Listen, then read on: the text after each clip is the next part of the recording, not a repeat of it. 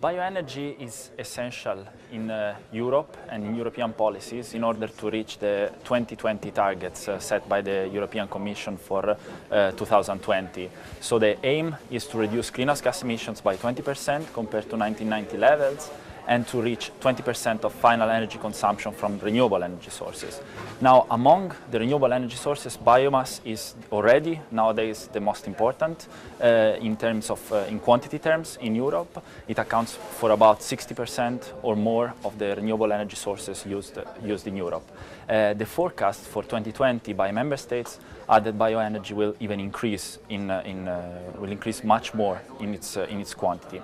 Therefore, it's very important to have policies in place that take care that this biomass and the raw materials that are used are grown and produced in a sustainable way.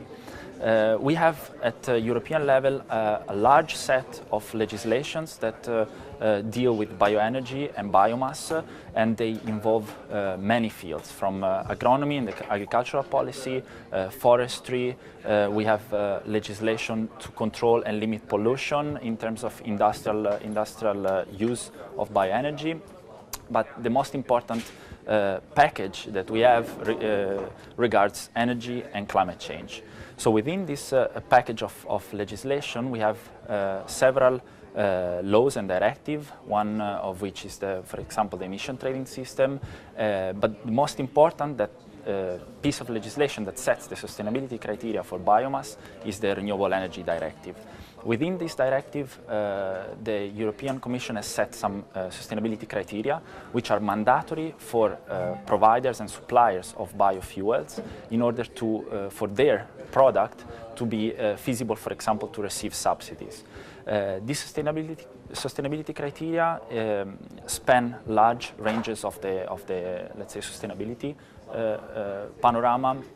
We have a greenhouse gas criterion for a threshold of greenhouse gas savings. We have criteria on biodiversity. We have criteria on land use, and we have criteria on agricultural practices. And also we have criteria on social sustainability.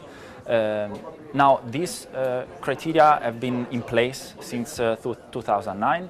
They are now being revised. There is a proposal from the Commission to revise these criteria in order to account for indirect land use change effects and factors. So that's now on the table and needs to be approved by Parliament and Council. In order to continue this process of evaluating sustainability of biomass, there are several other aspects that can be taken into account. For example, the possibility of having mandatory criteria for solid and gaseous biomass is on the table, and the Commission should come out with a report during the next year.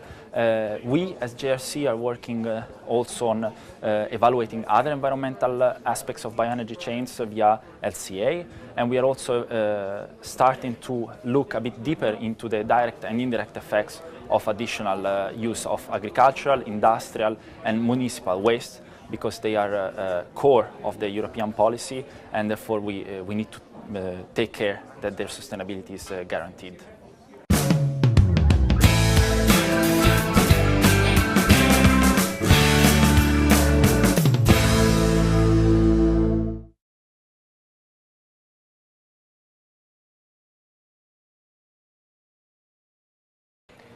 Okay, my name is Rob Bakker. I'm a research scientist from Wageningen University Research Center in the Netherlands. And my topic of specialization is pretreatment of lignocellulose.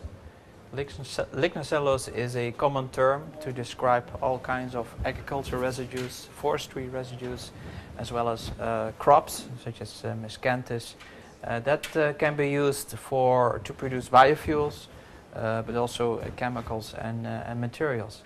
And often this is referred to as second generation biofuels.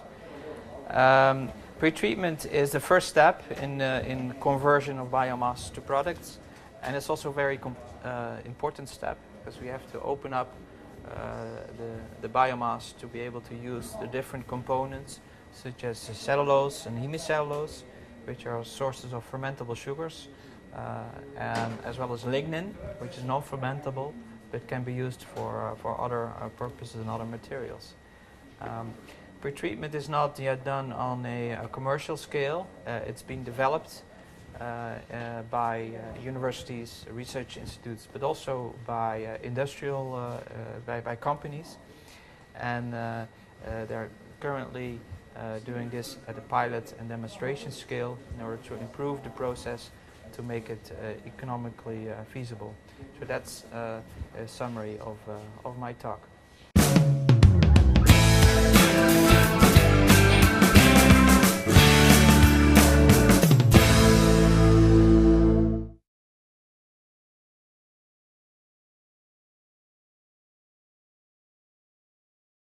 My name is Francesco Cherubini. I'm a researcher at the Norwegian University of Science and Technology, and my main field of research is life cycle assessment of energy systems.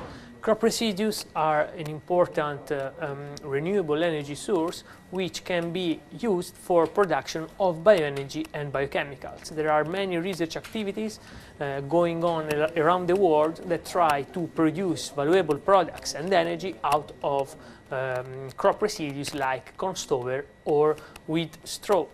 It is extremely important also to assess the technology within an environmental impact framework, so that we can ensure that the solution that we propose to the emissions of greenhouse gases from conventional production of from fossil resources can be actually offset, and we don't create environmental concerns in other areas.